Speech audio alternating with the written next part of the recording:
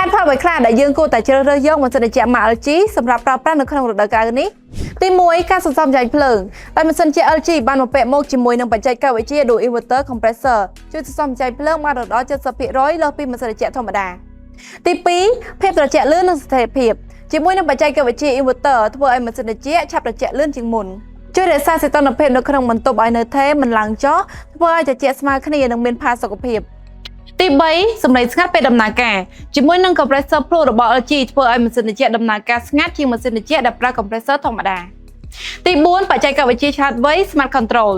ហើយយើងក៏អាចភ្ជាប់ទូរស័ព្ទដៃទៅកាន់ម៉ាស៊ីនត្រជាក់ LG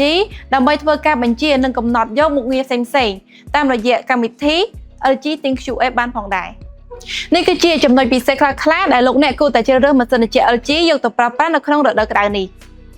ហើយលោកអ្នកអាចស្វែងរកបានគ្រប់ model ទាំងអស់របស់ម៉ាស៊ីនត្រជាក់ LG ដែលមានលក់នៅគ្រប់សាខារបស់ក្រុមហ៊ុន Sosimico